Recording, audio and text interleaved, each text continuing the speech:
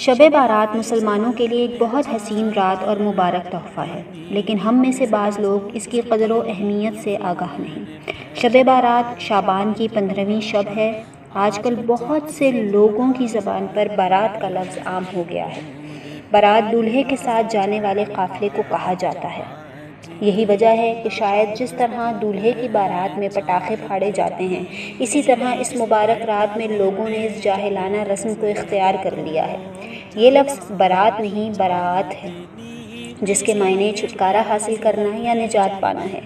چونکہ اس رات رحمت خداوندی انسانوں کی طرف متوجہ ہوتی ہے اور اپنی رحمت سے بہت سے گناہ گاروں کو جہنم کی آگ سے نجات دلاتی ہے، اس لیے اس رات کو البرات بھی کہا جاتا ہے۔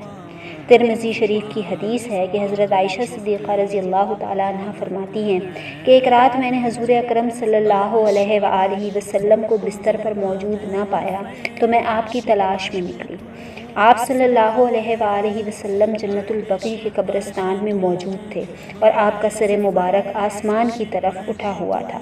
مجھے دیکھ کر آپ صلی اللہ علیہ وآلہ وسلم نے فرمایا کہ اے عائشہ، اللہ نصف شعبان کو آسمان دنیا پر جلوہ گر ہوتا ہے اور بنو قلب کی بکریوں کے جس قدر بال ہیں اس کے مطابق لوگوں کے گناہوں کو بخش دیتا ہے۔ رسول صلی اللہ علیہ وآلہ وسلم نے فرمایا، اے عائشہ، کیا تم جانتی ہو اس رات کیا ہوتا ہے؟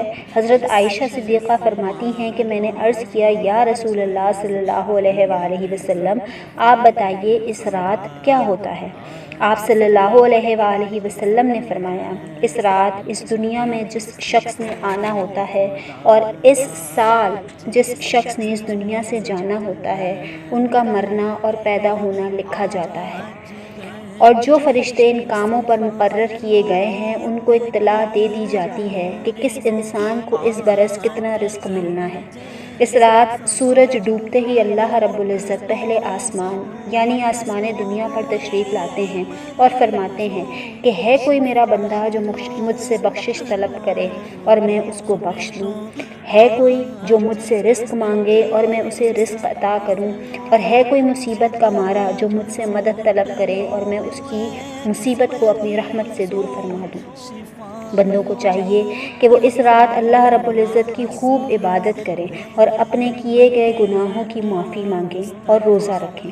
اللہ رب العزت اپنی رحمت سے اس رات بہت سے لوگوں کی بخشش فرما دیتے ہیں، سوائے چند لوگوں کے۔ مشکوٰۃ شریف کی حدیث ہے کہ اس رات اللہ رب العزت بہت سے گناہ گاروں کو معاف فرماتے ہیں، لیکن کافر، کینہ رکھنے والا، قاتل اور مشرک بخشا نہیں جائے گا۔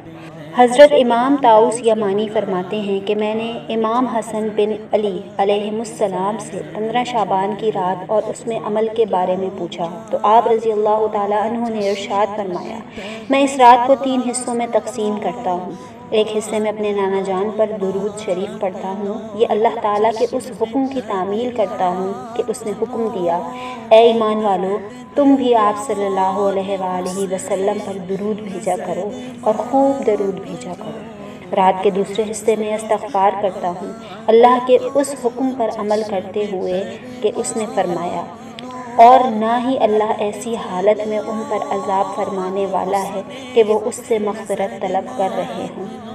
اور رات کے تیسرے حصے میں نماز پڑھتا ہوں، اللہ تعالیٰ کے اس فرمان پر عمل کرتے ہوئے، اور اے حبیب مکرم صلی اللہ علیہ وآلہ وسلم، آپ سر بسجود رہیے اور ہم سے مزید قریب ہوتے جائیے۔ آخر میں اللہ تعالیٰ سے دعا ہے کہ اس رات کی برکتوں، اس رات کے طفیل ہم تمام گناہ گاروں کے گناہوں کو اپنی رحمت سے معاف فرما کر ہماری زندگیوں میں آسانیاں پیدا فرمائے اور ہمیں باعمل مسلمان بننے کی